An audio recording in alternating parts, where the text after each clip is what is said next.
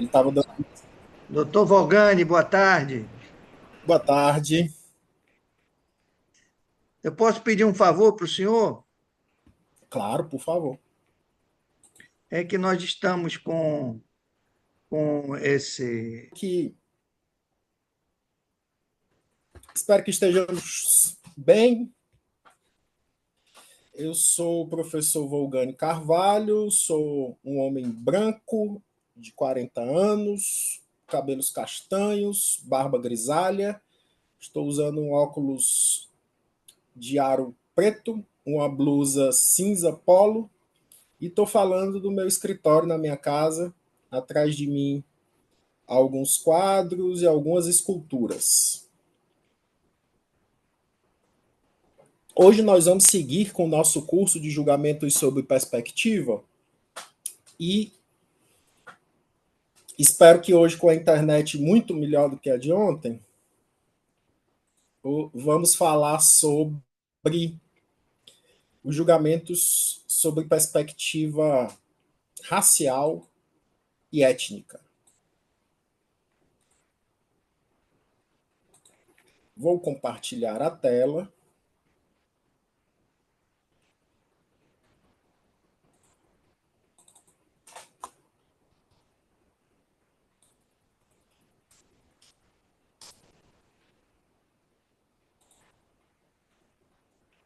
Deixa eu só verificar aqui. Pronto. Apareceu?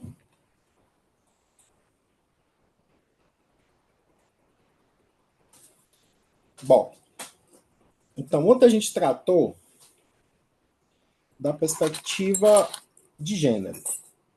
Hoje a gente vai tratar da perspectiva racial. Do mesmo modo como eu fiz ontem,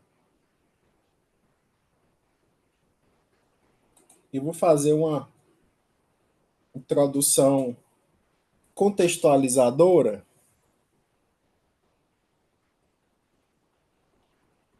E aí eu queria que vocês me dissessem, no chat ou no microfone, se vocês conhecem e quem são essas três personalidades.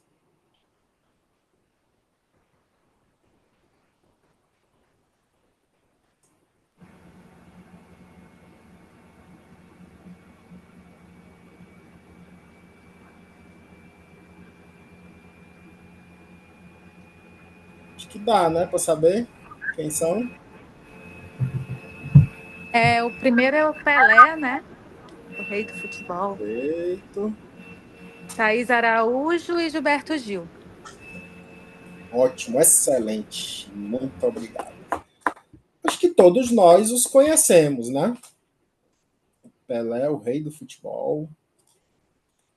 Thais Araújo, uma grande atriz. E Gilberto Gil, um grande cantor. Bom, eu trouxe esses três porque são. Só fechar aqui o WhatsApp que eu abri para pegar o link. Eu trouxe esses três porque eles são universalmente conhecidos no Brasil, ou muito conhecidos. Né? E aí, é tranquilo que a gente os identifique. Mas agora eu vou mostrar outras três pessoas e eu queria que vocês, quatro na verdade, né? Eu queria que vocês me dissessem quem são elas. São quatro mulheres agora.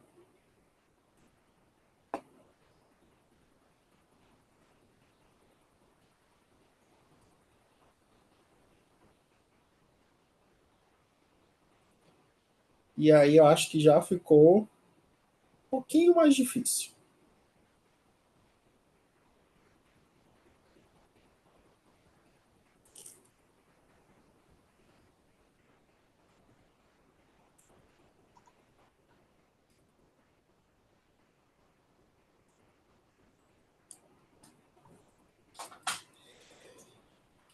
Alguém conhece alguma delas?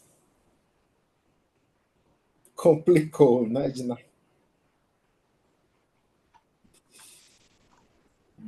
Bom, então eu vou apresentar a imagem, porque talvez pelo nome a gente já conheça, né? Essa primeira personalidade, que tinha aqui um easter egg escondido, o nome dela está aqui embaixo, é Rosa Egipcíaca, uma escravizada que viveu no Brasil no começo do século XVIII, e que foi a primeira mulher a escrever um livro no Brasil. Ela escreveu um livro de caráter religioso, contando experiências espirituais que ela teve e com algumas orações. Ela era considerada, no Rio de Janeiro do século XVIII, uma santa em vida e recebeu os estigmas da crucificação, como vocês podem ver aí na imagem. Só que isso foi considerado uma heresia terrível, porque a igreja à época compreendeu que jamais uma mulher receberia os estigmas, menos ainda uma escravizada e menos ainda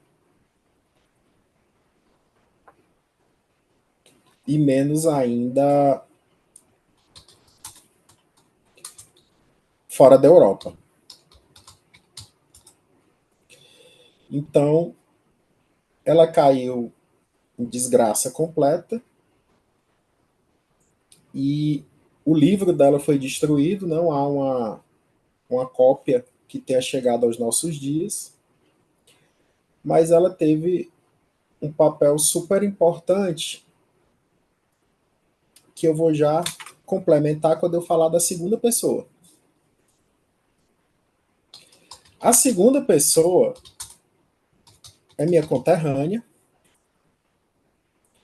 ela é piauiense e se chama Esperança Garcia. Não sei se vocês já ouviram falar da Esperança. A Esperança Garcia é reconhecida pelo Conselho Federal da OAB como a primeira advogada do Brasil. Por quê? Na segunda metade do século XVIII, escravizada numa fazenda no interior do Piauí, ela peticionou ao governador português pedindo que ele tomasse providências para retirá-la da fazenda em que ela estava vivendo, na fazenda Algodões. Então, a Esperança Garcia, ao que tudo indica, foi escravizada de uma fazenda dos jesuítas, e quando os jesuítas foram expulsos do Brasil, ela foi entregue para um outro senhor, que era muito violento, batia muito nela, e separou ela da família, do marido e dos filhos, e ela peticionou ao governador português pedindo para ficar junto com a família e pedindo que para ser separada desse senhor porque ele batia demais. Ela fala lá na petição dela: eu sou um verdadeiro colchão de pancadas.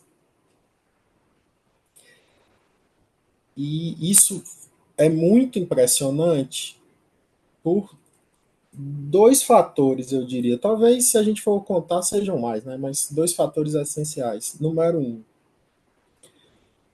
no Brasil do século XVIII, há uma estimativa, a gente nunca vai ter certeza, né, que aproximadamente 98% da população era analfabeta. E no contingente de pessoas escravizadas, esse número chegava às bordas dos 100%. A realidade era ainda mais severa no Piauí, porque a gente não tinha educação formal aqui. Para vocês terem uma ideia, a gente foi ter uma escola, a primeira escola do Piauí foi fundada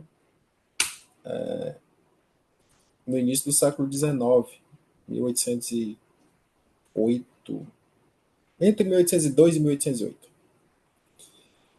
Então era surpreendente que você tivesse uma pessoa escravizada, mulher, que fosse alfabetizada e que tivesse esse raciocínio tão sofisticado de compreender que poderia peticionar ao governador pedindo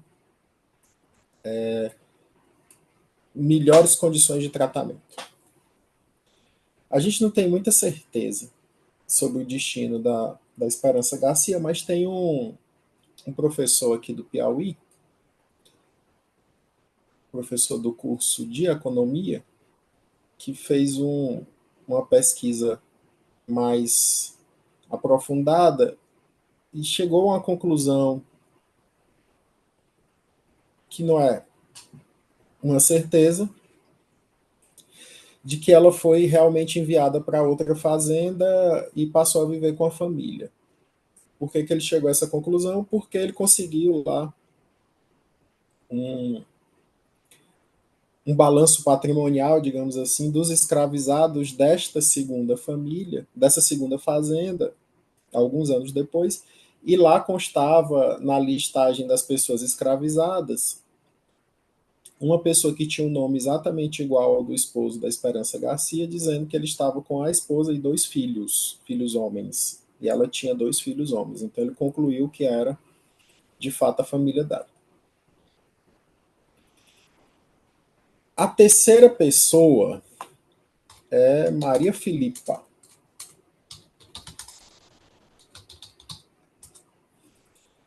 que era uma líder marisqueira da ilha de Itaparica e que teve uma participação muito importante nas guerras de independência, porque ela reuniu as mulheres marisqueiras e afugentou o exército português na famosa batalha do dia 2 de julho, a última batalha para a retirada dos portugueses do Brasil, quando eles foram expulsos da Bahia. Então, a participação dela foi essencial para minar as forças portuguesas no último reduto de domínio que eles tinham aqui no território nacional. E a última pessoa é Maria Firmina dos Reis,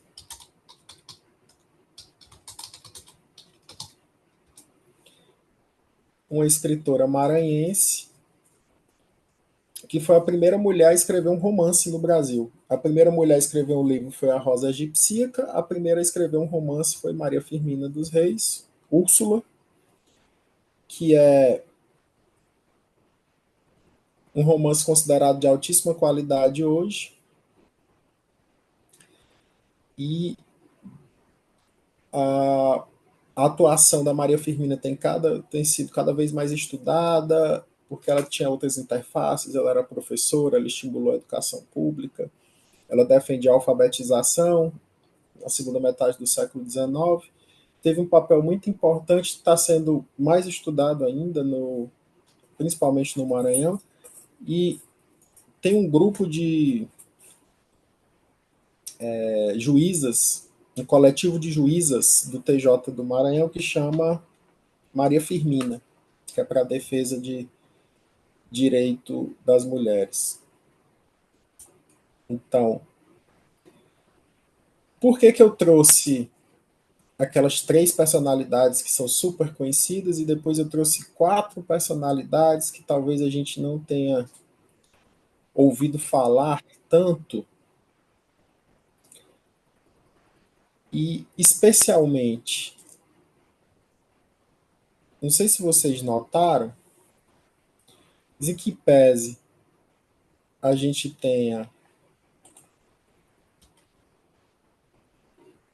as imagens muito nítidas dos 3 primeiros, as outras personalidades têm representações.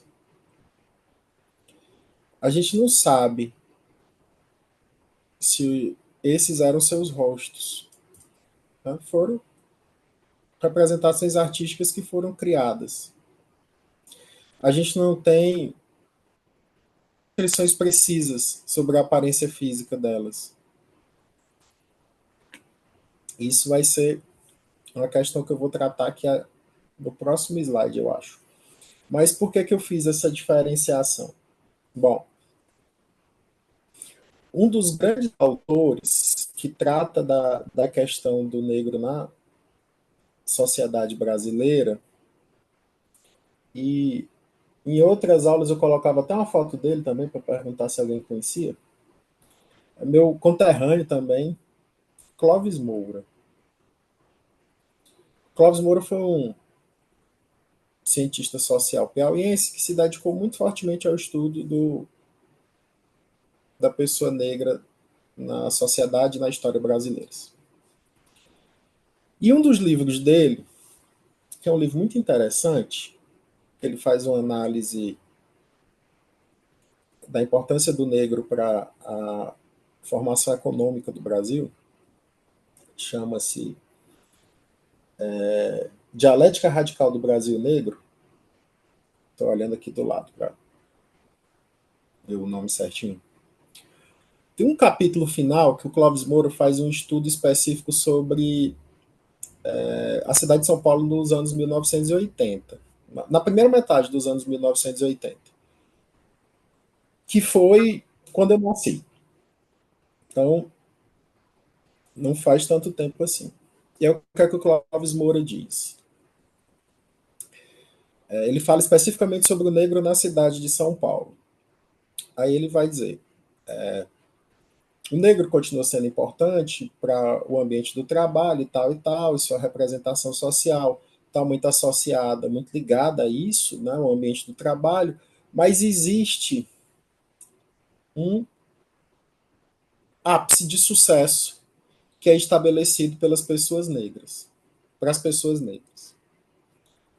Para a sociedade em geral, para os negros em geral, disse lá o Clóvis Moura,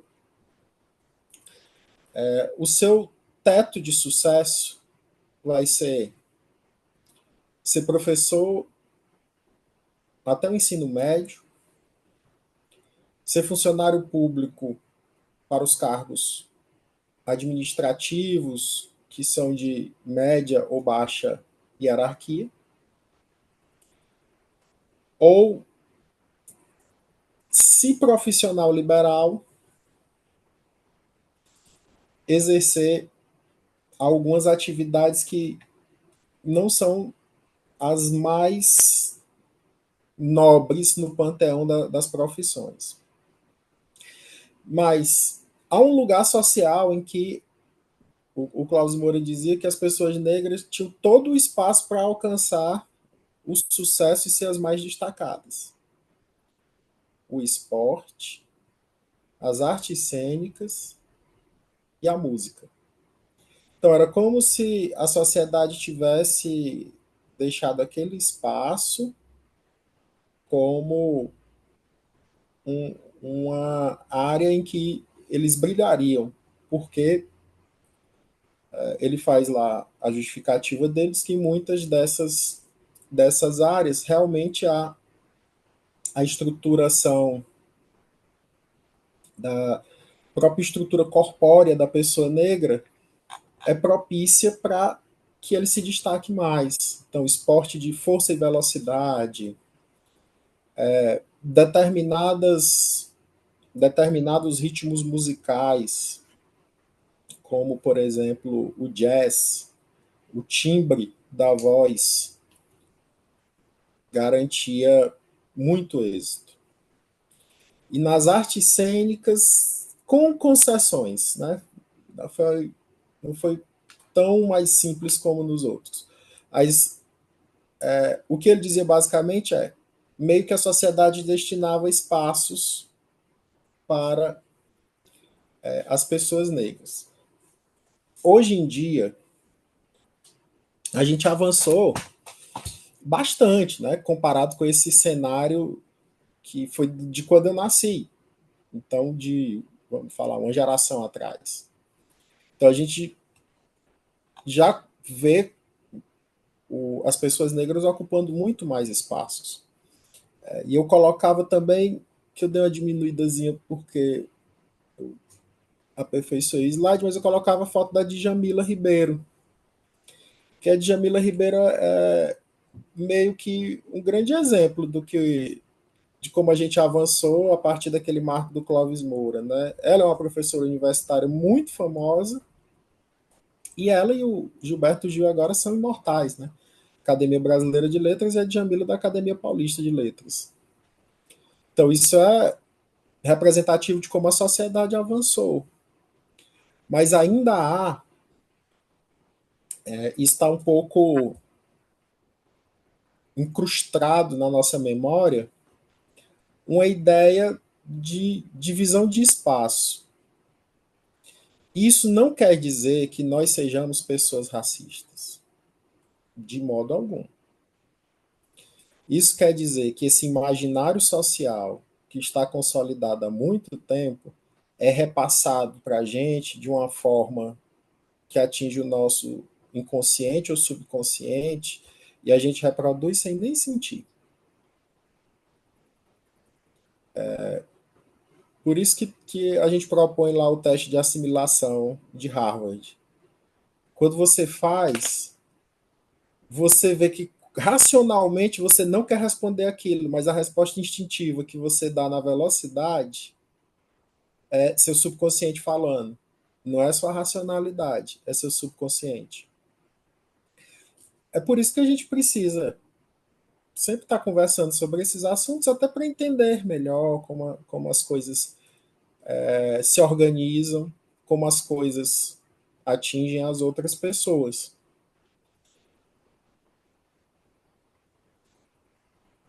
E nesse ponto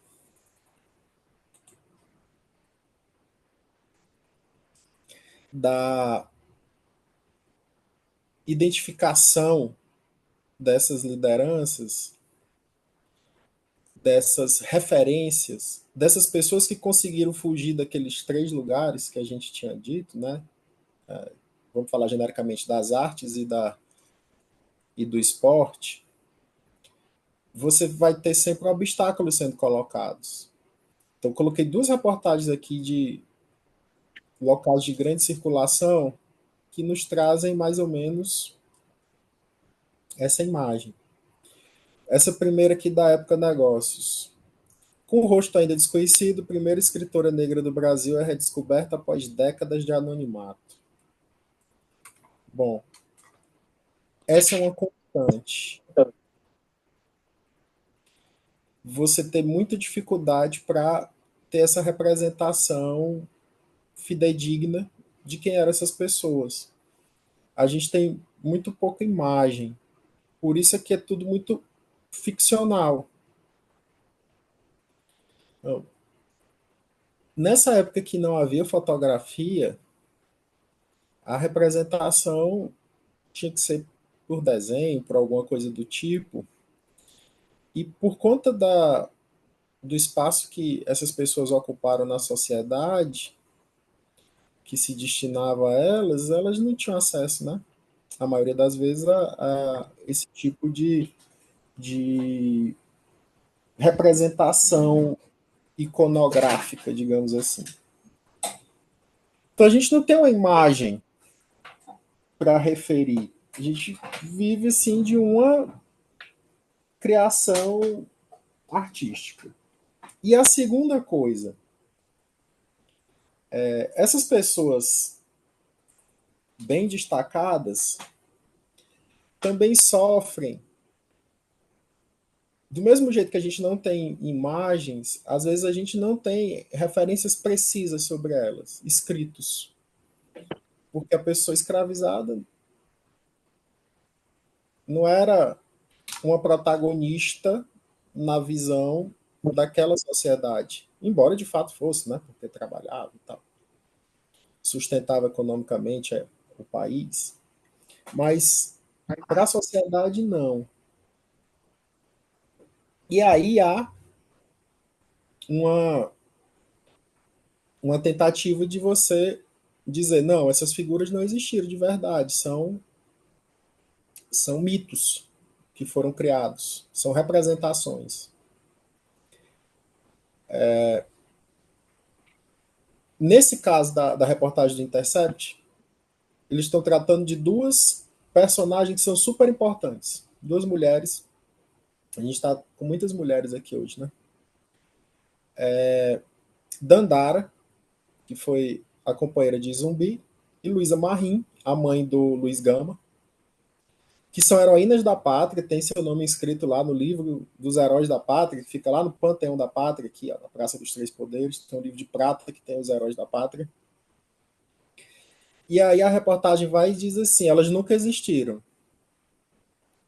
Só que existem provas de que elas existiram. A Dandara é referida, Dandara, Aqualunque, Aquatunque, são referidas em vários documentos portugueses, inúmeros. Inclusive de suas propriedades, de sua atuação, alguma descrição. Luísa Marim se diz que ela não existiu porque só há uma descrição dela pelo Luiz Gama. Na verdade, não, há escritos em árabe, porque ela foi uma das líderes da revolta dos malês na Bahia. E há escritos em árabe na Bahia que fazem referência a Luísa Marim, a participação que ela teve efetiva lá na revolta dos malês. E aí a gente ainda tem uma terceira mulher negra que está lá no Panteão dos Heróis da Pátria. Eu também trazia uma foto dela, mas aí pela reestruturação eu tirei, que é a Antonieta de Barros, a primeira deputada negra do Brasil, foi eleita deputada em Santa Catarina ainda nos anos 30, que teve uma atuação super importante em defesa da educação pública, inclusive é da Antonieta de Barros o projeto de lei que cria o Dia do Professor, 15 de outubro. Então, ela própria foi professora de escola pública e teve um trabalho bem importante nessa área. Então, a gente tem várias personalidades que tiveram uma atuação destacada, que contribuíram de diferentes maneiras para a construção e estruturação do nosso país. Por que eu estou falando isso? Aliás, eu vou falar logo aqui do próximo tópico, aí eu me justifico. E aí, gente, como a gente não tem essa iconografia das pessoas escravizadas, é muito comum que você faça uma representação única, principalmente da mulher negra. Então, eu não sei se vocês já viram essa imagem. É uma imagem de uma mulher escravizada do Rio de Janeiro, que foi tirada aproximadamente em 1870, uma fotografia de aproximadamente 1870. E ela é quase um coringa para as mais diversas representações de uma mulher negra. Eu já conheci essa imagem de livros de história do ensino médio. Depois, eu a vi na capa de um livro do Leandro Narlock que fala sobre algumas pessoas escravizadas. Na capa do livro da Emília Viotti da Costa, esse aqui. E peguei um exemplo aqui, ó, usam a imagem dela para representar a Maria Filipa, aquela que a gente viu. Usam a imagem dela para representar a Esperança Garcia e outras tantas mulheres escravizadas que vocês puderem imaginar. Então, o que acaba parecendo é que você não tem uma diferenciação das pessoas, né? Como se dissesse assim, não, todas as mulheres negras são iguais. Igual quando a gente fala assim, chinês é tudo igual, ou chinês e japonês é tudo igual, coreano e japonês, tudo igual. Para gente que não está habituado muito a conviver com orientais, falando em regra, né? Pode ser que seja difícil, mas eles têm diferenças muito notáveis uns entre os outros. E uma das piores coisas que você pode fazer é confundir um coreano com um japonês, porque os coreanos odeiam o japonês. O Japão invadiu a Coreia na Segunda Guerra e estuprava sistematicamente as mulheres. Então é um problema grande. Todo mundo quer ter a sua identificação visual, né? A diferenciação, a individualização.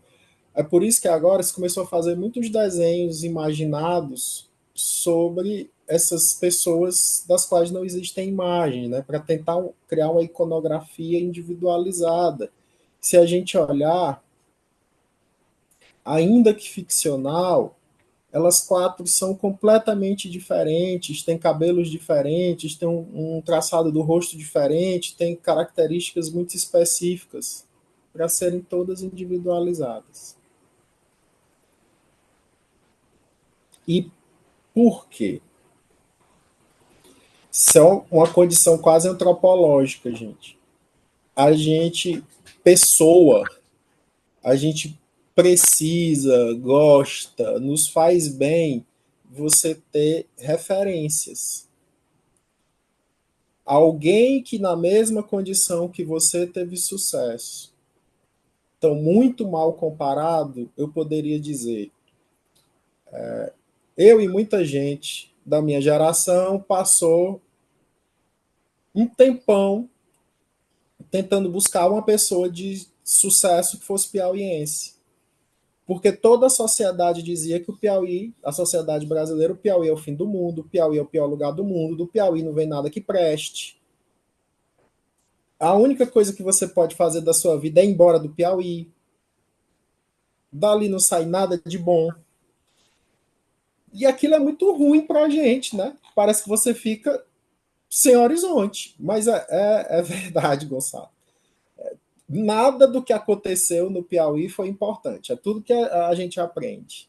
Não, isso não importou para nada. Quando você começa a estudar, você verifica que aconteceram coisas muito importantes aqui, que aqui a gente já teve pessoas muito notáveis, como a gente tem em todos os estados.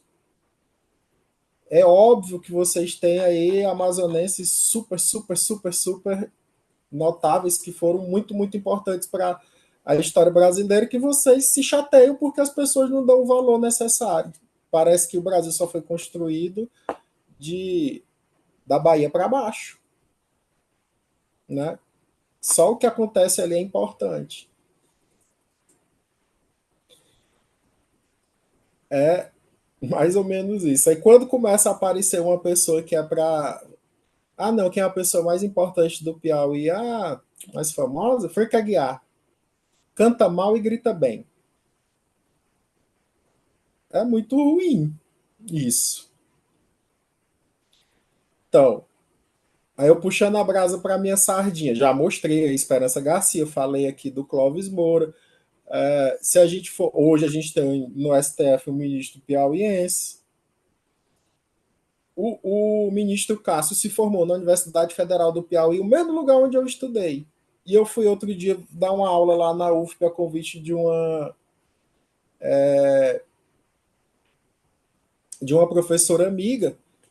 Aquilo contribui até para a autoestima de quem está estudando lá. Só daqui saiu o ministro do STF, a gente também pode conseguir ter algum sucesso.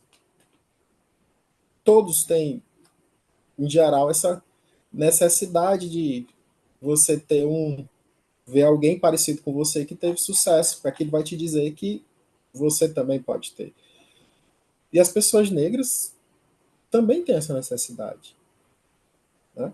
De ver que o negro pode ter sucesso fora do futebol, da música e das artes cênicas,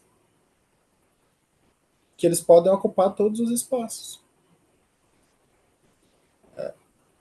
Essas questões é que a gente ainda está caminhando. Então, lembrando aqui, a Juricaba poderia ter sido um herói nacional. Aqui no Piauí a gente tem o Manduladino, um indígena que foi super importante na história do estado e que já teve o movimento de dizer que ele não existiu de verdade, apesar de todas as provas históricas, né?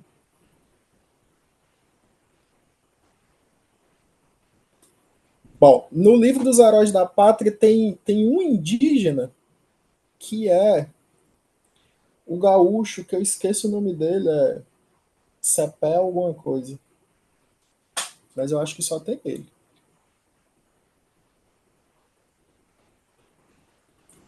Bom, e por conta dessa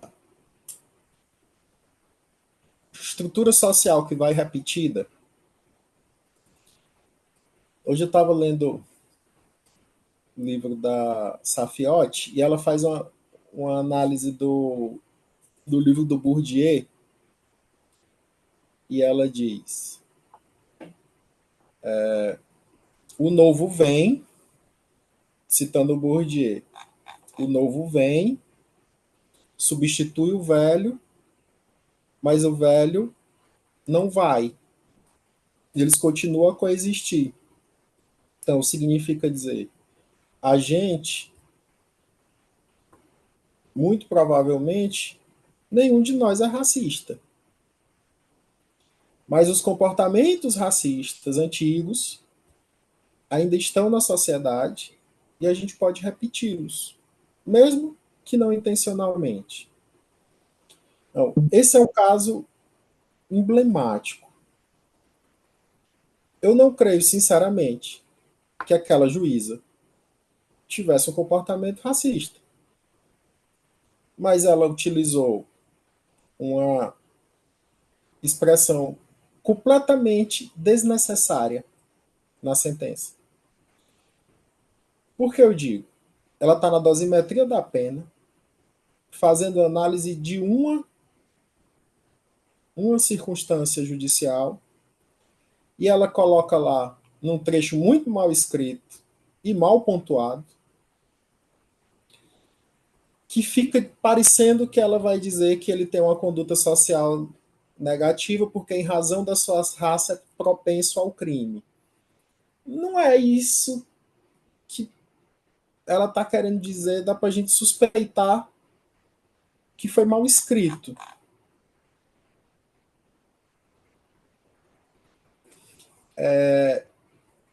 Mas não havia a menor necessidade de, quando você está tratando de conduta social, você falar da raça. Ó, ela tinha lá os elementos próprios para tratar da conduta social. Ela diz: ele fazia parte de um grupo que furtava pessoas numa praça. Pronto. Já resolveu sua vida. Conduta social negativa por conta disso. Não precisava ter acrescido a questão da raça. Não era importante, não era necessário. Então, são esses pontos que vão me fazer refletir. Eu não sou racista. Ok. Mas eu tenho algum comportamento racista? Ainda que involuntário? Pode ser. Essa vigilância é que a gente tem que ter. Esse cuidado. Por quê? Vou falar uma coisa para vocês de experiência própria. Depois que você escreve uma coisa, você deixa de ser dono daquela coisa. Dona vai ser a pessoa que vai pegar e vai interpretar. Eu digo isso para vocês porque eu já me vi nessa. Um processo muito conhecido que a gente teve que foi julgado no TSE e A acusação usa uma tese que está no meu livro de inelegibilidade, a defesa usa uma tese que está no meu livro de inelegibilidade. Aí eu olho e fico assim, não, mas essa aqui da defesa eu não disse isso, não. E aí vai lá. Quais são os argumentos? Os argumentos são meus dos dois lados, fica parecendo que eu sou doido, né? Quem acusa está dizendo que é uma coisa que eu disse, e quem defende está dizendo uma coisa que eu disse. Eu não sou mais dono do que eu escrevi. Eu não posso lá pedir eu embargo de declaração para explicar o que é que eu queria dizer de verdade. É nessa sociedade que a gente está vivendo, é esse cuidado que a gente tem que ter. Porque a internet lhe transforma num monstro muito rapidamente. E aí, ainda que a onda, do jeito que vem, ela vai, a imagem não consegue se desfazer completamente, né? Para você voltar. É sobre esses cuidados, essas reflexões, que a gente vai começar a tratar. E aí, a gente vai utilizar exatamente a mesma dinâmica do julgamento sob perspectiva de gênero. E aí você vai dizer para mim, então, você está me dizendo que não tem um protocolo para julgamento sob perspectiva racial? Não tem. O grupo de trabalho foi instituído, ele está elaborando o protocolo, tem diversas pessoas que estão trabalhando, eu acho que já está bem pertinho de estar pronto, mas a resolução que estabeleceu o julgamento sob perspectiva de gênero, ela diz: esse protocolo não se destina unicamente a o julgamento sob perspectiva de gênero, podendo ser utilizado também para o julgamento sob perspectivas outras, inclusive a racial. Então é nesse norte que a gente vai. Continuando naquela mesma dinâmica. Eu faço perguntas reflexivas quando eu estiver construindo a minha decisão, formulando as minhas razões de decidir. Analisando processo e seus personagens, medidas pré-instrutórias, o ambiente da instrução, valorando as provas, vendo norma e precedente e como interpretar a norma e aplicá-la. Então vamos ver algumas decisões aqui.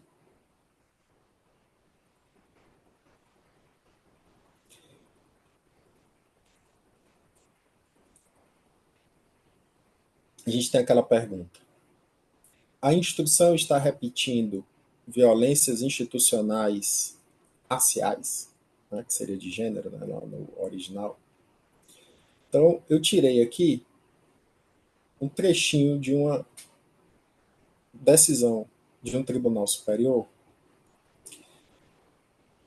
em que, de um acórdão, desculpa, de um tribunal superior, em que ele repete, só nesse pedacinho que eu estou colocando aqui, ó, só no tópico 2, ele repete 3 vezes a expressão o meliante negro.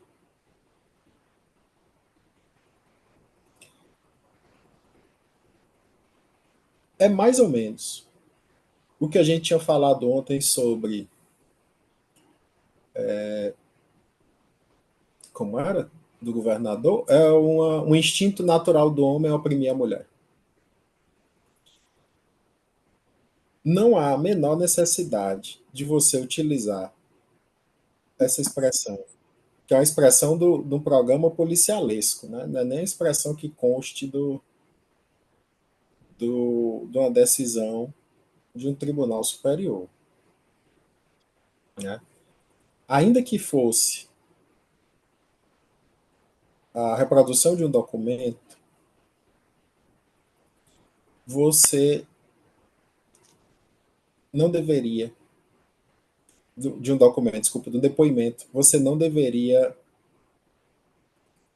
colocar seguidas vezes a mesma expressão no, no acordo, por causa da bendita ordem do discurso. Nesse aparelho? 20. Quanto está prestado? Não. Uma das coisas, inclusive, que uma das consequências daquele fato que eu falei para vocês ali atrás, esse aqui, da imagem padronizada da pessoa negra. Uma das consequências práticas que a gente teve disso foi a proibição do uso dos cadernos com fotografias para reconhecimento. O STJ proibiu que se utilizasse. Porque você padroniza a imagem da pessoa negra. O homem negro, alto magro de cabeça raspada, ou baixo gordo de cabeça raspada, ou baixo gordo com o cabelo baixo. E o primeiro que tiver com essas características, você diz, foi esse. E a gente já viu dezenas de casos em que tem pessoas inocentes que foram presas com base nessas descrições. Judiciário, zero culpa, né? Porque isso aí foi uma questão de reconhecimento policial, lá na delegacia. O judiciário fez só seu papel. Mas aí o STJ vai e diz, nossa, a gente não pode mais fazer isso, por quê? As pessoas não estão distinguindo as características físicas efetivamente. O Rogério Sanches diz que, jocosamente, ele dizia, a pessoa vai na delegacia, diz que foi roubada a mão armada, levaram a sua bolsa, seu celular, etc. E diz que era um jovem negro de cabeça raspada. Aí a polícia prende um jovem negro e leva para fazer o reconhecimento. Aí bota um idoso, um branco do cabelo grande, um negro de cabeça raspada e uma travesti. Aí diz assim, qual desses aí foi? Tá quase induzindo a pessoa. Não reconhecimento de verdade, né? Bom, então, quando a gente vai entrar na justiça eleitoral, tem uma pergunta que eu acho que é essencial, que a gente precisa se fazer. Quando a gente vai falar da pessoa negra na justiça eleitoral, no ambiente dos processos eleitorais, a gente vai tratar da variação de um mesmo tema? Quando você pensa assim, processos em que eu poderia utilizar o julgamento sob perspectiva racial na justiça eleitoral. Imediatamente, opa, financiamento de campanha, com a distribuição de recursos proporcional à raça. Majoritariamente se faz essa associação. Contudo, como a gente já viu, as pessoas negras ocupam todos os espaços. Então elas estão em todos os processos. A gente vai encontrar oportunidades para fazer o julgamento sob perspectiva racial nos mais diferentes ambientes. E o alerta da ordem do discurso, né? Eu já fiz ali para não se reproduzir algum discurso que possa ter um conteúdo racista. Isso talvez seja uma das coisas que a gente se arma muito quando escuta isso. E uma reflexãozinha que já é parte de você aplicar o protocolo é: bom, eu sou racista? Possivelmente, acho que todos nós aqui vamos responder: não, eu não sou racista. Mas eu tenho algum comportamento racista? De bate-pronto, eu diria: eu não tenho nenhum comportamento racista. Mas, quando eu estudo, eu vejo: eu tenho um comportamento racista quando eu falo isso, quando eu ajo de tal forma, quando eu penso isso. Mas não é porque eu quero, não é porque eu acredite nisso. Não, mas é porque eu fui ensinado a fazer assim, todo mundo faz assim, eu vejo os outros fazendo assim. Então, não é uma ofensa terrível se você foi alertado, ó, esse comportamento aí pode ser racista. É só a sociedade gritando dentro da cabeça da gente, né, o nosso histórico de formação social do Brasil gritando, e a gente precisando tomar cuidado com esses gritos que eles dão aqui dentro. Mas o fato de você ter algum comportamento que possa ser compreendido como racista, obviamente não faz de você uma pessoa racista. E eu digo com toda segurança para vocês. Eu estudo, eu leio, eu estudo, eu leio, eu estudo, eu leio, e às vezes eu ainda tenho um comportamento que tem um cunho racista que eu nem sabia. Aí eu vou lá e aprendo.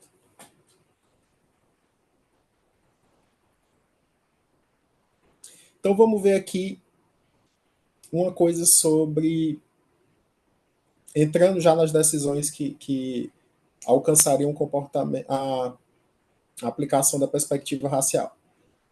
Começando como a gente começou ontem, matéria administrativa. Esse caso é interessante e pode ser repetido em vários regionais. É uma decisão para a instalação de sessões eleitorais em comunidade quilombola. O Código Eleitoral diz para a gente que eu só posso instalar uma sessão eleitoral onde tem 50 eleitores no mínimo. E aí, para você instalar uma sessão com um número menor, eu precisaria de uma autorização específica do TRE. Então,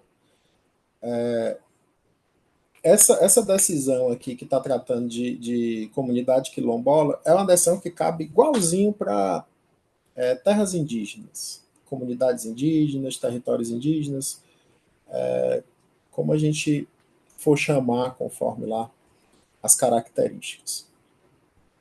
Então, eu posso determinar a abertura de uma sessão eleitoral numa dessas localidades com menos de 50 pessoas? Eu posso. Mas aí o que a gente vai falando de menos? 40? 40 ok. 35? 35 ok. Menos que isso. Aí a gente precisa ponderar algumas coisas. Um local distante realmente tem uma dificuldade de acesso? Seria penoso para essas pessoas? Aquela comunidade é uma comunidade mais tradicional, mais fechada? Então, essas características já me indicam um norte sobre como identificar um local em que é pertinente a gente considerar essa abertura de sessão. Mas, você vai dizer assim, que sem dúvida é uma pergunta, né, que você pode fazer. A gente vai fazer um investimento grande para atender um número muito pequeno de pessoas.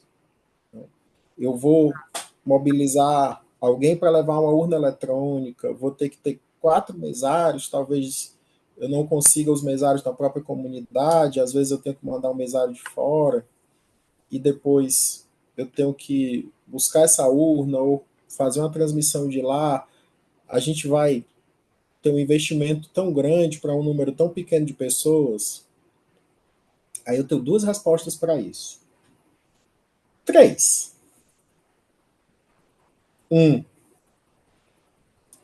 Não há almoço grátis. Todo direito fundamental tem seu custo financeiro para a concretização. Não tem como a gente ter algo que é gratuito. 2. Nessa mesma escala. Esse custo para a concretização acaba sendo um preço baixo quando a gente pensa no valor da democracia. Mesmo valor monetário da democracia. E 3.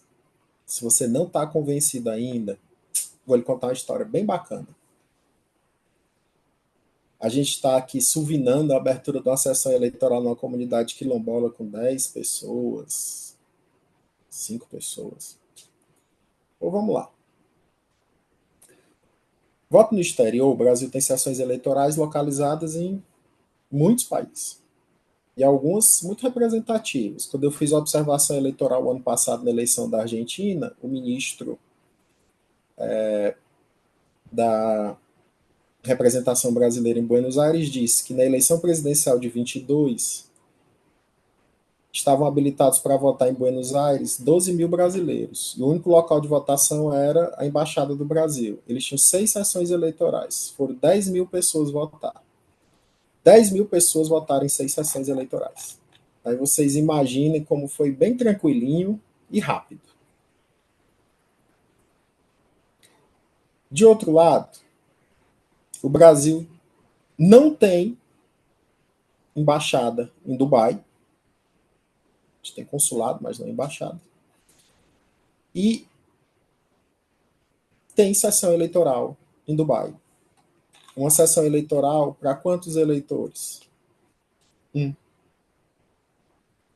Tem um brasileiro votando em Dubai. Se manda uma urna daqui, com 4 pessoas, para colher o voto de um. E o Código Eleitoral diz que não pode ter uma urna com um voto porque rompe o sigilo do voto. Para completar, o TSE ainda teve que decidir que é válido quando o eleitor aceita voluntariamente romper o sigilo do seu voto, colher um voto.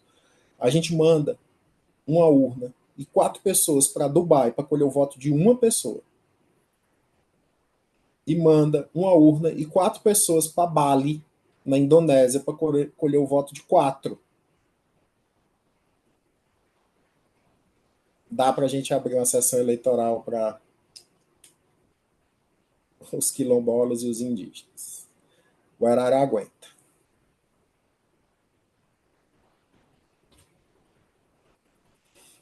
Bom, no registro de candidatura.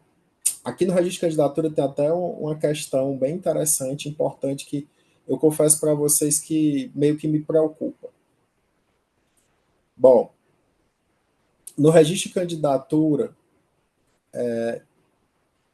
existem já decisões, várias decisões que vão aplicando perspectivas raciais no momento do registro, principalmente para candidaturas de pessoas negras que são de comunidades tradicionais, aqui também para as indígenas, né, de comunidades tradicionais, ou que têm uma situação econômica bem precária e que, por conta disso,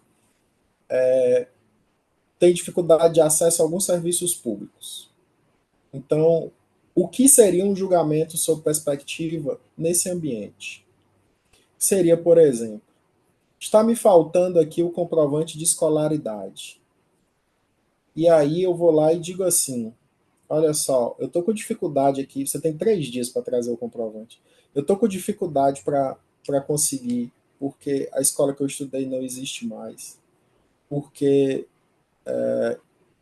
as informações estão meio descompassadas. Eu preciso de um pouco mais de tempo para apresentar essa informação. Você pode fazer um julgamento sob perspectiva racial, entendendo a importância de ter múltiplas candidaturas representativas de todos os espectros da sociedade e conceder um prazo maior para a apresentação desse documento. Você está fazendo um julgamento sob perspectiva. Do mesmo jeito, você pode dizer, não, ó, eu não tenho como fazer uma diferenciação, o candidato tem um prazo prévio para conseguir seus documentos, você já deveria ter se preparado e tal. Então, são 3 dias e ponto. São essas pequenas concessões interpretativas do caso concreto que levariam a gente a fazer um julgamento sob perspectiva racial aqui.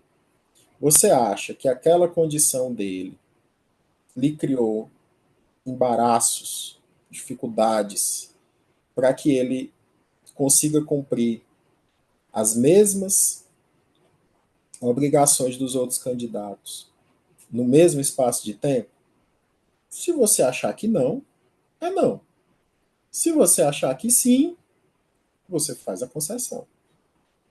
Não é dizer que vai deferir o registro sem a apresentação do documento. Isso, obviamente, a gente não pode fazer, mas é você utilizar uma pequena concessão para garantir que ele vai conseguir cumprir aquela missão. Bom, essa parte da consulta que foi realizada sobre a destinação dos recursos proporcionalmente à raça, foi o ministro Barroso relator à época, ela traz vários elementos interessantes que podem ser utilizados, por isso que eu coloquei aqui, como fundamento para isso que eu estou falando, né? A possibilidade de você conceder um prazo um pouco maior, um pouco diferenciado, fazer alguma concessão, mas não, obviamente, desobrigar a pessoa de apresentar documentos ou ter determinados comportamentos. Isso não, né? Isso não está no escopo do protocolo. E aí eu dizia que tem uma coisa que me inquieta um pouco. Esse ano, no registro de candidatura, a inovação, se for identificada uma diferença entre a identidade racial do candidato ou da candidata, que consta do elo,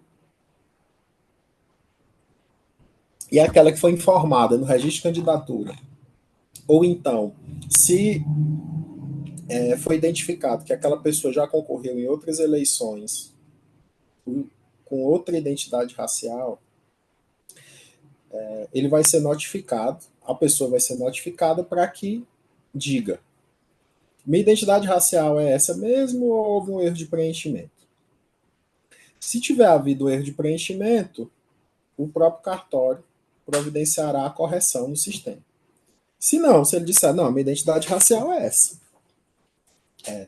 Isso não significa, obviamente, que é uma fraude, né? A pessoa pode ter feito o curso de letramento racial e chegou à conclusão que é negro ou pardo, quando anteriormente se apresentava de outro modo. Mas, nesse caso, em que ele diz, é isso mesmo, a gente não vai tomar nenhuma providência, mas vai comunicar ao Ministério Público e órgãos da sociedade civil podem pedir também a lista dos candidatos que estão nessa condição. E aí isso me gera uma certa preocupação, que é o que é que vai sair disso? Né? Será que a gente vai ter, por exemplo, uma falsidade ideológica eleitoral relacionada à identidade racial? Isso é muito ruim. Né? Você levar isso para o âmbito penal e discutir conceitualmente identidade racial nesses termos. Me preocupa como essas coisas vão se desenvolver.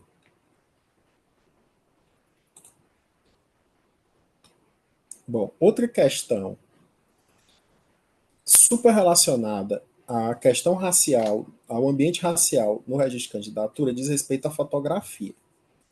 Então, tradicionalmente, a fotografia de urna, ela nos dizia, você não pode fazer a fotografia de perfil, tem que ser de frente, não pode ser de corpo inteiro, tem que ser de busto, e não pode ter cenário atrás. E ontem a gente viu, você não pode ter o uso de acessórios. Em 2020, a gente teve uma alteração da resolução permitindo que você utilizasse acessórios que fossem identificadores da religião. Eu posso usar crucifixos, o véu, o solidel, aquele chapéuzinho. Com certeza, chapéuzinho não é uma forma boa de se referir a um solidel, né? Aquele adereço de cabeça que os judeus utilizam. Então, qualquer item que seja para demonstrar a sua religião. pode utilizar também órteses e próteses no caso de pessoa portadora de deficiência física. Então, prótese é aquele que substitui uma parte do corpo ou um órgão. Uma perna mecânica, um braço mecânico, um olho de vidro. E órtese é aquilo que é utilizado para auxiliar no funcionamento desse órgão. Né? A órtese mais famosa, o óculos. Mas você tem aparelho de audição, implante coclear, uma cadeira de rodas, muletas, todas são órteses. E você pode utilizar adereços e pinturas de caráter étnico-racial. Então a gente associa isso imediatamente aos indígenas, à pintura corporal, aos cocares e outros elementos que são próprios da sua etnia. A gente tem, então, por exemplo, 4 candidatas indígenas, 3 ou 4, né, tem uma discussão sobre isso, que foram eleitas deputadas federais e delas 2, nas suas fotografias de urna, estão usando cocares. Né? A Célia Chacriabá e a Sônia Guajajara. E a gente teve um caso muito interessante que chegou ao TSE, do registro de candidatura de um candidato a deputado federal de São Paulo, o Douglas Belchior, que ele se apresentou com um boné de aba reta. O TRE de São Paulo mandou trocar a foto, ele não trocou, e o registro de candidatura dele foi indeferido, porque a foto não estaria atendendo a os critérios da norma. Né? O boné é um acessório. Ele recorreu ao TSE, foi lá e disse assim, o boné é um acessório, mas ele é representativo da comunidade negra, hip hopper. Que hip hopper? Rapper. E isso demonstra um simbolismo racial que é muito importante para a minha candidatura. E o tema foi levado ao TSE, como eu falei, e o tribunal reconheceu que ali havia um elemento importante para a identificação do candidato com o seu eleitorado, lá da periferia de São Paulo, e deferiu o registro de candidatura com a foto. E aí, gente, a gente tem uma tentação, né, de dizer assim, eu fui o primeiro, disse assim, ele criou um caso, né, brigou, conseguiu, mas deve ter tido um pingo de voto. E aí eu fui olhar, obviamente, né. Tá aqui o Douglas. O Douglas é o 5º suplente da federação dele. E a federação tem 3 ministros. Uma pessoa já foi convocada, ele é o próximo para substituir. Então ele já deve ter assumido, inclusive, o mandato alguma vez naquelas... Alguém tirou uma licença médica e ele ficou alguns dias, ele teve 60 mil votos para deputado federal em São Paulo.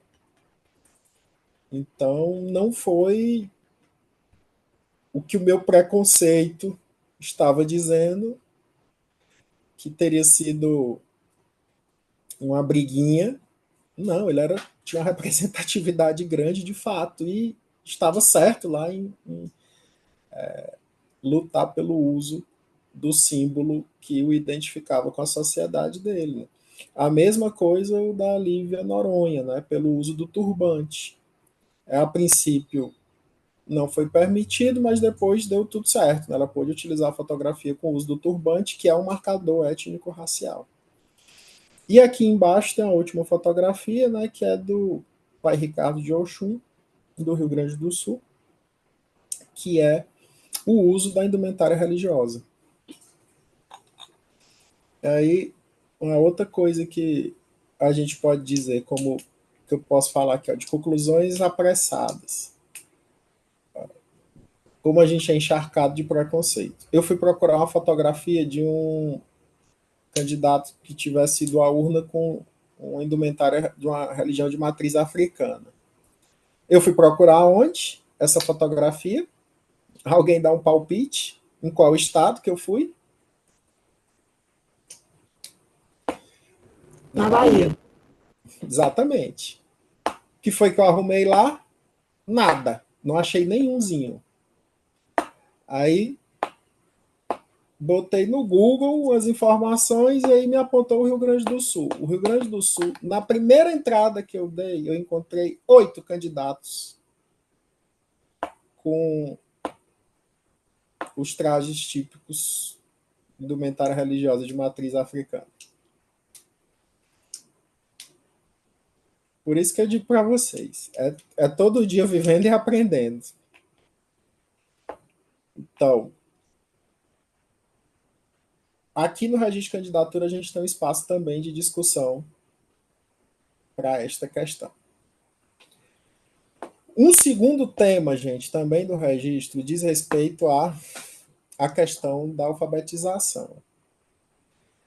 Esse julgado que o ministro Herman Benjamin foi relator, ele é bem importante, porque ele começa a desenhar um parâmetro novo para a identificação da pessoa alfabetizada.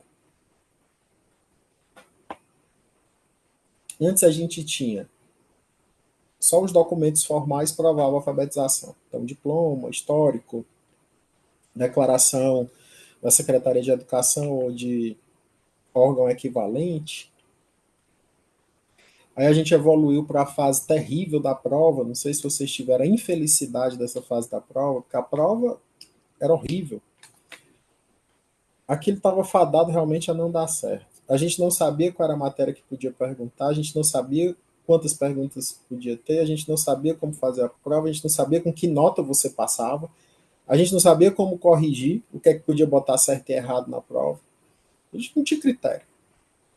Era difícil demais fazer aquilo. A jurisprudência do TSE vem assim. Ele tirou 6, então ele passou, ele tirou 4, então ele passou. Se ele respondeu, ainda que tivesse tudo errado, significa dizer que ele sabe ler e escrever, então ele passou. A gente não tinha critério. Era um tiro no escuro, né? Um tiro na noite. E aí, essa decisão do ministro Herman trouxe um reajuste das coisas que começou a excluir algumas coisas que você poderia ter a tentação de considerar.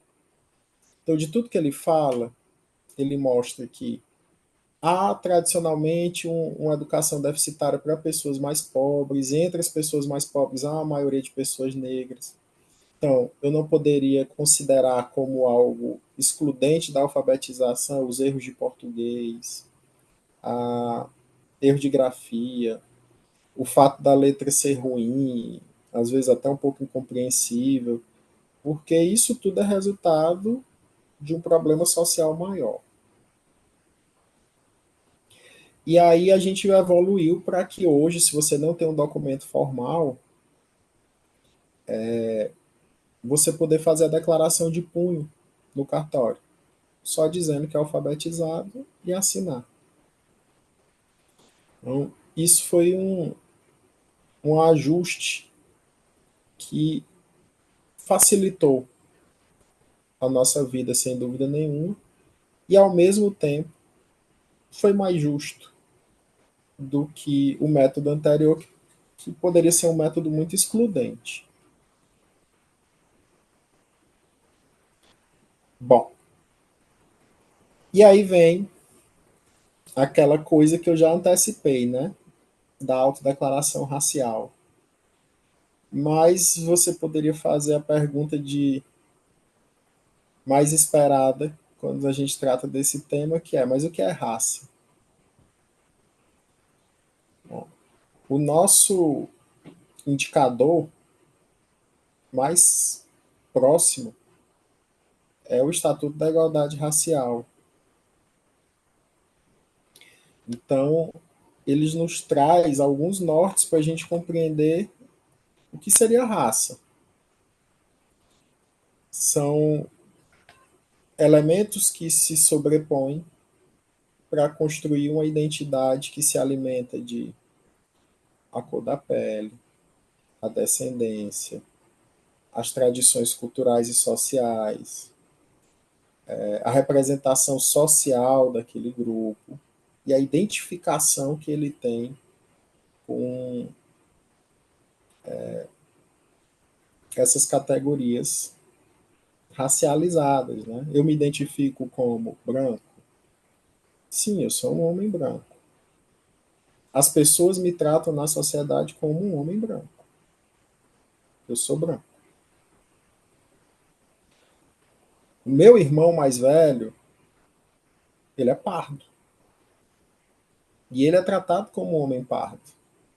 Ele não é tratado da mesma forma que eu sou.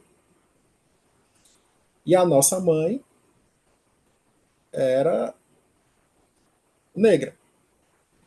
Negra indígena. A mamãe é que não era mesmo tratada como. Nunca foi tratada como uma mulher branca. Quantas vezes perguntaram para minha mãe se ela era minha babá? Inúmeras. Então, essa definição da raça, a Sabrina deve ter falado isso para vocês também, a gente não vai ficar só no critério da cor da pele, né? Porque é um critério falho, critério fenotípico. Desculpa, genotípico. Fenotípico mesmo, perdão. O fenótipo da aparência. Porque raça não é só a aparência, né? É como a sociedade te categoriza. Tem algumas situações interessantes, por exemplo, a deputada Duda Salabé, ela se registrou como parda, mas ela viu uma reação social porque as pessoas disseram, não, você não é parda, você não é tratada como uma pessoa parda. E aí ela foi lá, modificou o registro dela e colocou como branca. Então, por isso é que essa questão do tratamento que vai ser dado para essa diferença da identidade racial do passado para o presente me inquieta. Né? Como é que a gente vai caminhar com essa informação? Do mesmo jeito, me inquieta muito uma outra coisa que foi colocada na resolução, eu não sei se vocês já viram isso, isso me preocupa muito, porque às vezes a gente tem boas intenções que resultam em coisas ruins. O candidato, se quiser, pode colocar sua orientação sexual. E aí isso é muito importante. Isso é muito importante para candidatos que defendem as bandeiras, por exemplo, da população LGBTQIAP+. Eu fico imaginando se em algum contexto isso não pode virar um motivo de discussão. Alguém vai lá responder e coloca lá no registro que é heterossexual e depois isso vai virar um tema de discussão, a orientação sexual da pessoa. O registro de candidatura não se presta para isso, né?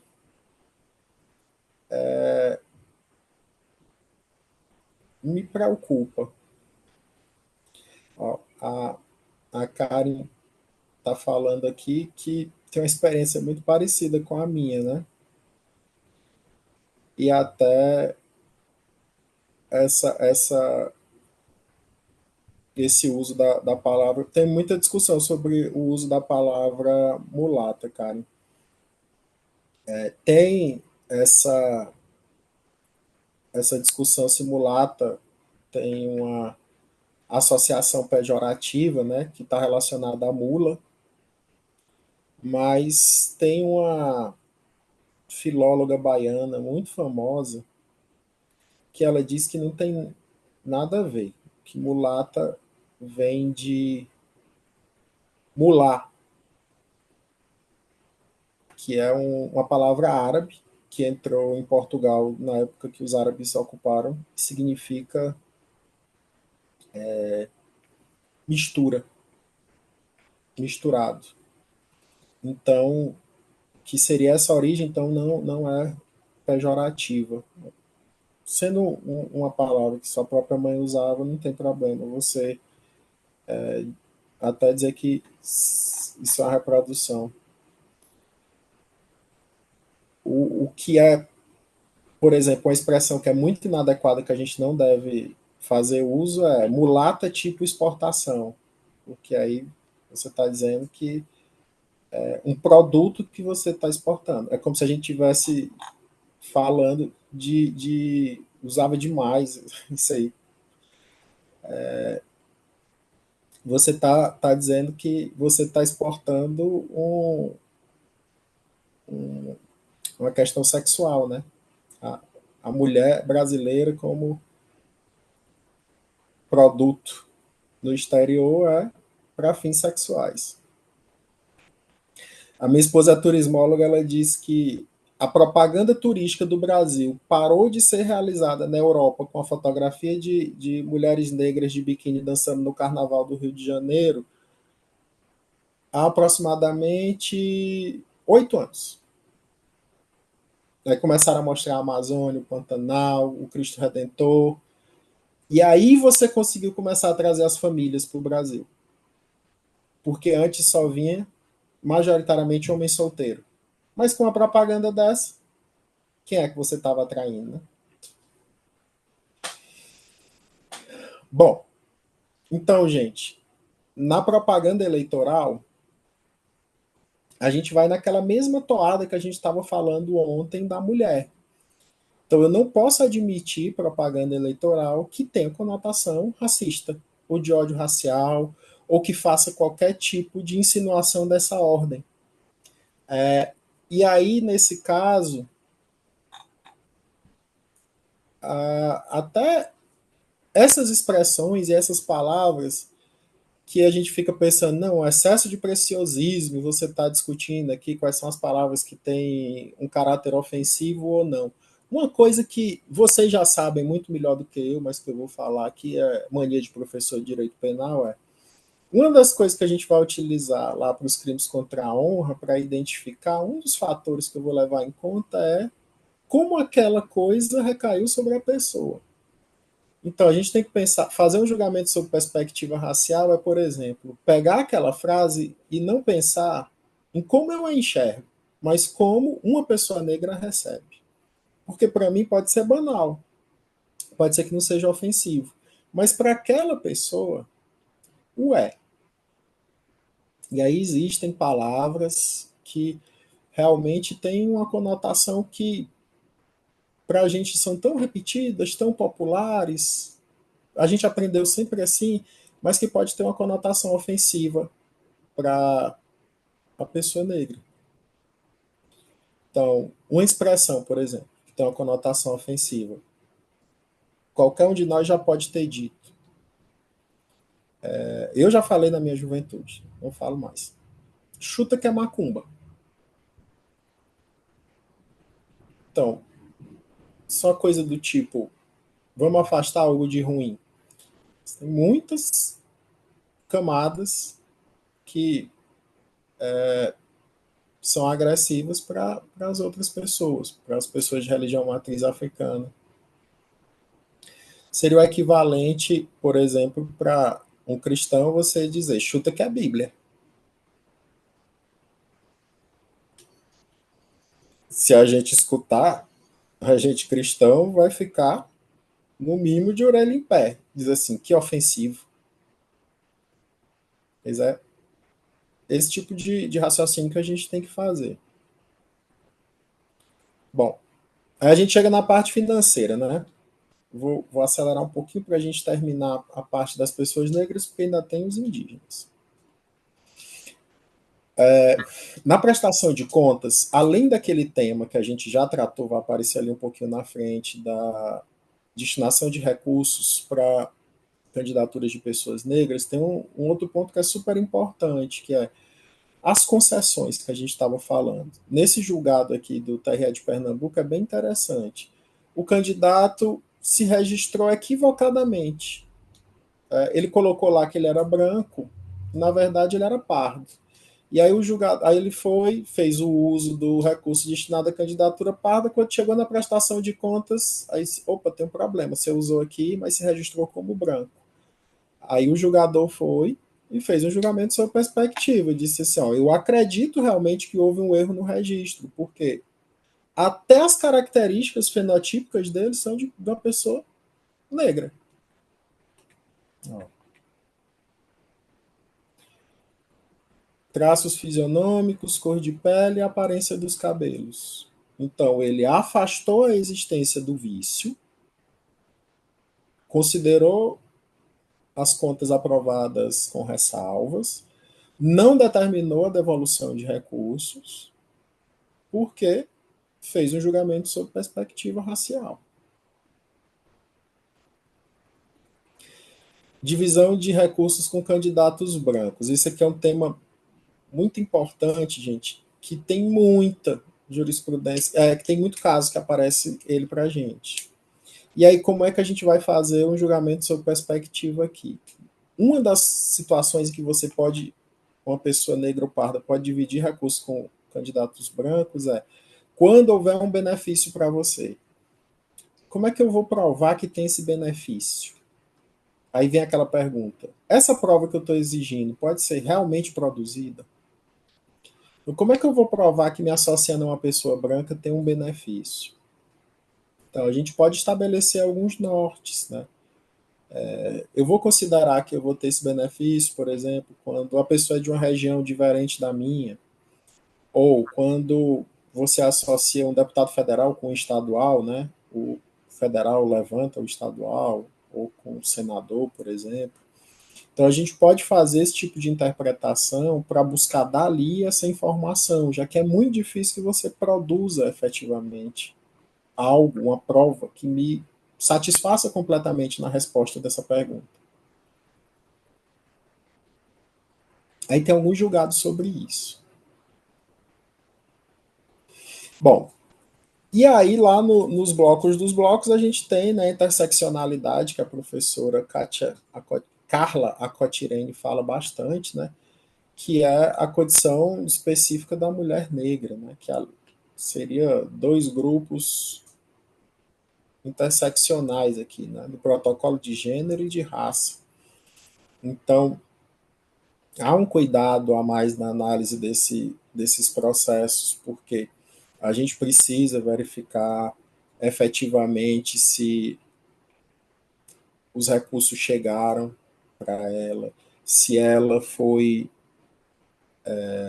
como é que aconteceu no caso de partilhamento com a pessoa branca, quais foram os cenários lá para essa prestação de contas, e com esse duplo cuidado, né, do gênero e da raça. Tem fundamentação aí também lá da consulta do ministro Barroso, respondida pelo ministro Barroso, que ele trata especificamente. Tem vários pontos que são interessantes para a gente eventualmente construir uma decisão. Bom, financiamento de campanhas de pessoas negras. São questões bem importantes aquelas, principalmente relacionadas à doação e ao recebimento de recursos de terceiros e à distribuição dos percentuais conforme a raça. Então, são critérios que a gente vai analisar sempre com a ótica da preocupação racial, né? Se você estiver aplicando, quando você estiver aplicando o protocolo. E aí, com isso, eu vou passar agora para as pessoas indígenas. E vou pegar aqui algumas perguntas daquelas que fazem parte do protocolo e mostrar algumas decisões que estão relacionadas a isso. Então, as provas podem estar imbuídas de estereótipos. Esse caso é bem interessante. Esse processo é muito interessante. O processo que resultou na cassação. Quer dizer, não é esse processo específico, não, mas essa eleição é muito interessante, que levou à cassação do cacique Marquinhos Chucuru, lá em Pernambuco, em Pesqueira. E aí, nesse processo aqui, a gente tem a alegação de que houve uma conduta abusiva, porque o cacique fazia parte de uma associação, a Associação da Comunidade Indígena Chucuru, e essa associação, durante a pandemia, distribuiu kits com álcool gel e máscaras, que tinham o símbolo da associação, que era o perfil de um indígena. E aí, porque tinha um perfil do indígena, que é o símbolo da associação, ele foi condenado por abuso do poder econômico, porque se disse que aquelas coisas estavam sendo distribuídas por ele, que era candidato a prefeito. Então, como é que tem o estereótipo nesse caso? Se tinha um índiozinho desenhado, um indígenazinho desenhado, é porque era dele. Então você automaticamente associou tudo que era de indígena à candidatura dele. Como se os indígenas só existissem em função daquela candidatura. A associação era mais antiga, ele não fazia parte da direção, era um filiado, como outro qualquer, atendia muitas pessoas, não tinha vinculação com ele, e, portanto, no final, ficou provado que ele não tinha nenhuma relação com aquela distribuição, que não foi nem associada à propaganda dele, na campanha dele.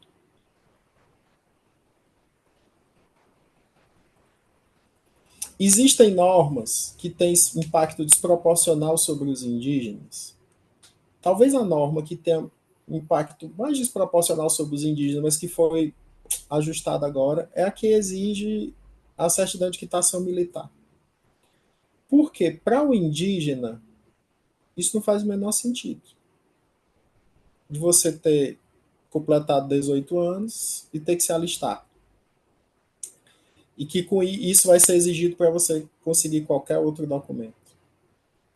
Então há um impacto, porque para eles não faz sentido, eles não entendem por que precisa fazer isso, é uma coisa que está muito fora da sua cultura. Principalmente para comunidades indígenas mais que têm um menor contato com a sociedade não indígena, a locomoção, o atendimento, a saída da própria comunidade, em regra não se faz individualmente, né? Vai todo mundo junto, como uma coisa gregária de proteção, e não dá para você fazer isso lá no alistamento militar, né? É só a pessoa com seus 18 anos. Então, o fato de a resolução 23.659 ter dispensado a apresentação do certificado de alistamento militar para o indígena foi um avanço muito grande para diminuir esse impacto. A minha interpretação de conceitos está restrita à minha percepção do mundo. É uma coisa que denota muito isso. Você tem um testemunho no processo de um indígena. Você exigir que tenha um exame antropológico para saber se ele tem condição de testemunhar.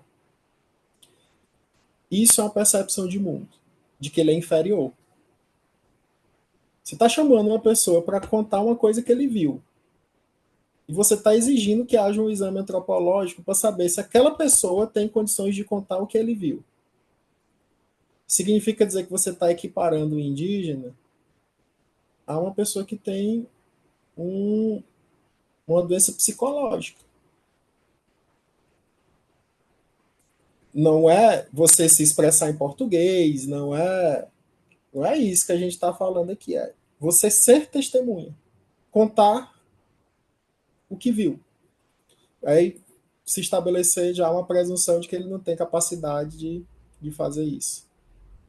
Isso é uma percepção muito preconceituosa, que está na norma, mas que a gente reproduz às vezes e nem para pensar. Eu estou partindo do pressuposto que essa pessoa não sabe o que fala. Então, isso é uma coisa ruim, que precisa de ajuste. Muito diferente, por exemplo, é você escutar uma testemunha indígena e precisar de um intérprete. Bom, aí é do jogo. né? Isso aí está ok. Matéria administrativa eleitoral. Eu já falei sobre a abertura das sessões eleitorais em terra indígena, né, mas eu vou falar aqui sobre uma outra perspectiva. A Resolução 23.659, inclusive, ela permite que você tenha a instalação de sessões eleitorais geograficamente apartadas da zona. Então, por exemplo, eu tenho uma terra indígena que envolve as cidades ABC. Mas politicamente essas pessoas são vinculadas à cidade A. Mas lá no espaço da terra indígena da cidade A, não tem uma escola. Eu só tenho uma escola na cidade B. Então eu posso instalar uma sessão eleitoral na escola que está geograficamente localizada na cidade B, uma sessão eleitoral da cidade A, para que os indígenas votem lá.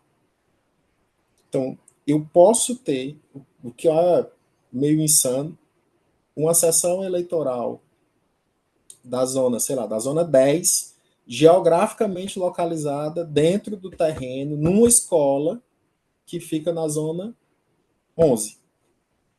Então, é possível. E aí, essa decisão faz um julgamento sobre perspectiva étnica, a que autoriza. E a resolução permite isso.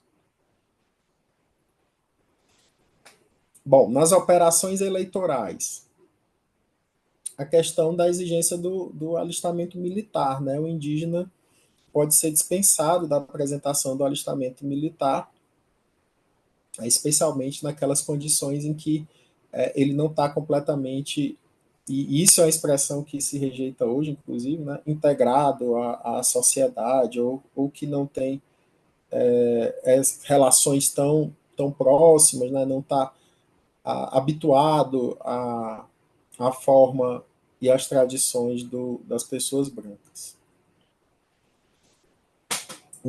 Esse caso é interessantíssimo, e é um caso de vocês aí, que é uma justificação para a desfiliação partidária.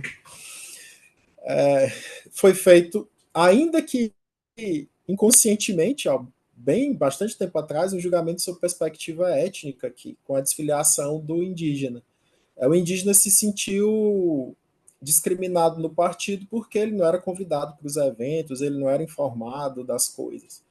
Se a gente for olhar a jurisprudência do TSE em geral, ela vai dizer que isso não justifica você dizer que sofreu discriminação, né?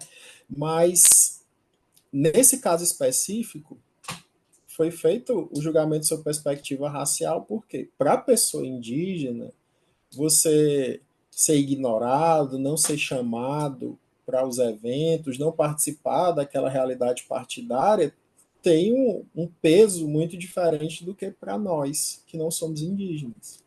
Então, para ele, aquilo ali configurou realmente uma discriminação e justificou, portanto, a desfiliação.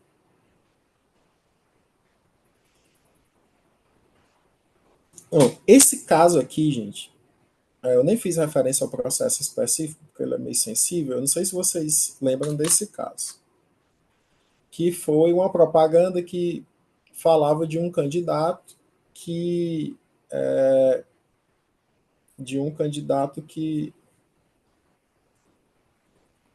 supostamente teria cometido canibalismo. E a propaganda mais ou menos dizia, né, você vai votar no canibal? Alguma coisa do tipo. E aí, no caso, o que foi que aconteceu?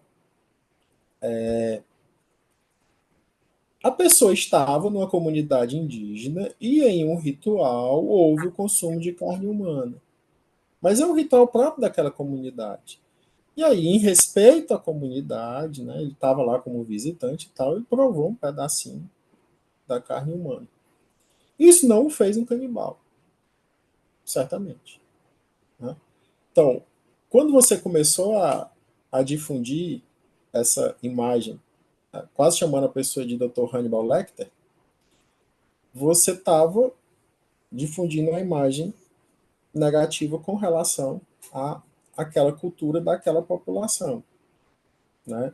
Então, foi feito também um julgamento sob perspectiva para que a propaganda não fosse mais difundida. A pretexto de atacar o candidato, você estava difundindo uma mensagem equivocada e preconceituosa com relação aos indígenas. Bom, normas processuais.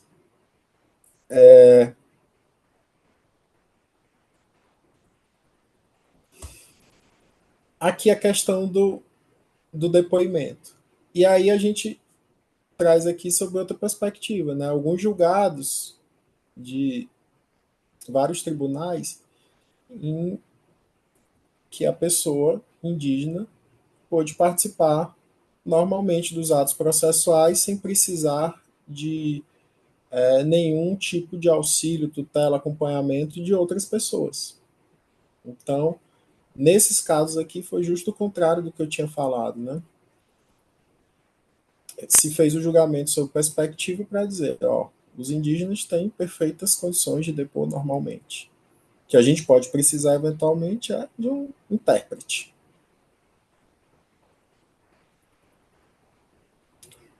E aí vamos chegar aqui em alguns casos finais que são bem interessantes. Esse caso aqui é um caso do Paraná muito interessante.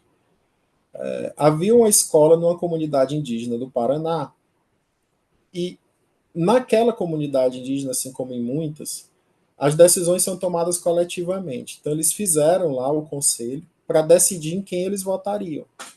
E aí ficou decidido, ó, nós vamos votar para prefeito em fulano e para vereador em Beltrano. É por isso que é muito comum que sessões eleitorais que funcionam em aldeias indígenas ou em terras indígenas, você tenha todos os votos para um único candidato.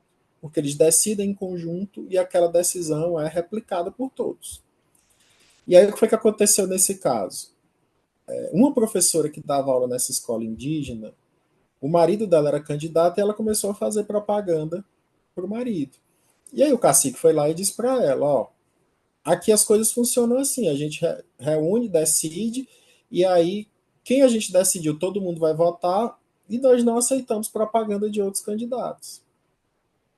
E aí ela continuou fazendo propaganda, e o cacique disse que ela estava desrespeitando as regras da comunidade, pediu que o prefeito retirasse ela da escola, e o prefeito assim fez.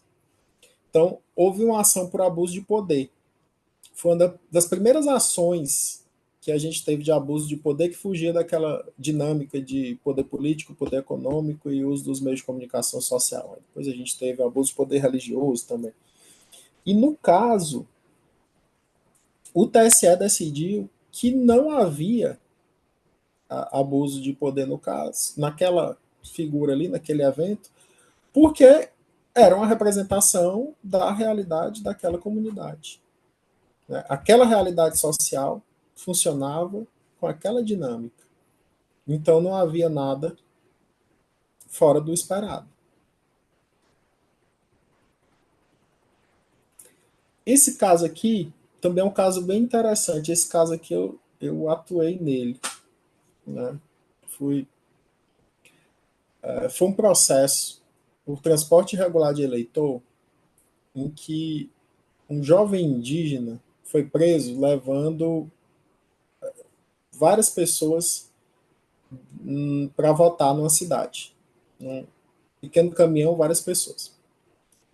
E aí foi feito um julgamento sob perspectiva racial e no caso específico ele foi afastado o delito, o reconhecimento de erro sob a ilicitude do fato,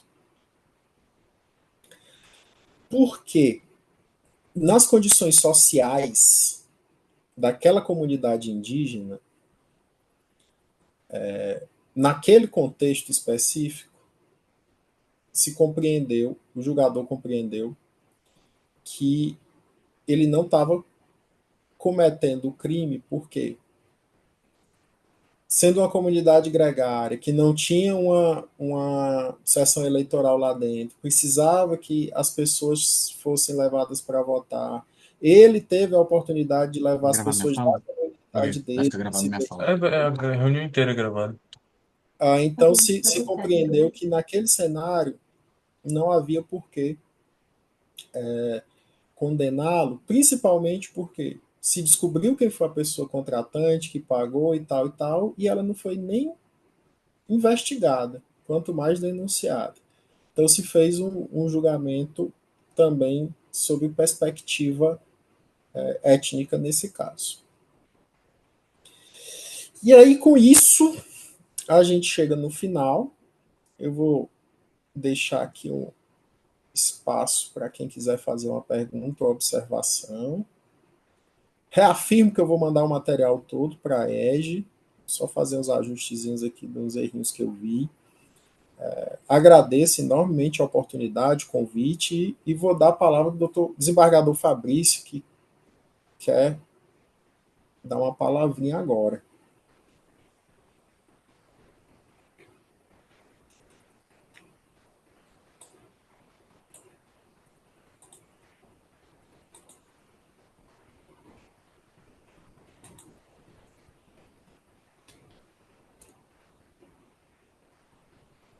Se alguém também quiser fazer alguma observação, pode ficar à vontade.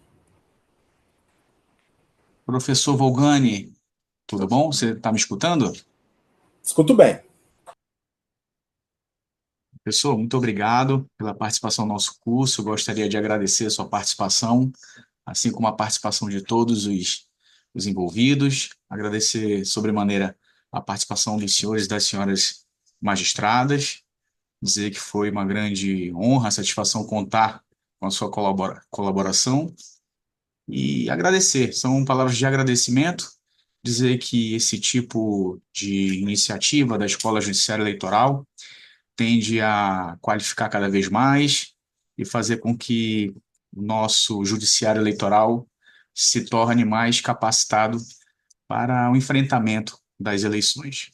Então, minhas palavras são de agradecimento e dizer que a Escola Judiciária Eleitoral, por meio do Tribunal Regional Eleitoral do Amazonas, estará sempre à disposição do senhor e dos demais. Muito obrigado. Bom, só quem tem a agradecer sou eu. Dizer que eu estou sempre à disposição. Se vocês precisarem de qualquer coisa eu puder ajudar, estou sempre às ordens. Vocês me procurarem aí pelo Instagram, vocês vão ter uma dificuldade enorme, vão aparecer milhares de Volganes, mas vocês vão conseguir me identificar lá. Então, precisando, podem me acionar, porque se eu precisar, eu peço também.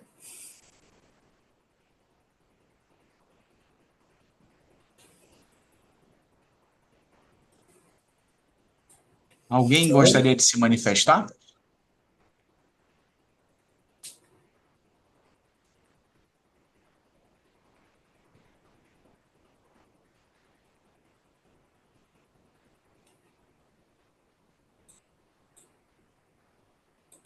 Muito bem, professor. Então, mais uma vez agradeço, desejando um fim de semana excelente a todos.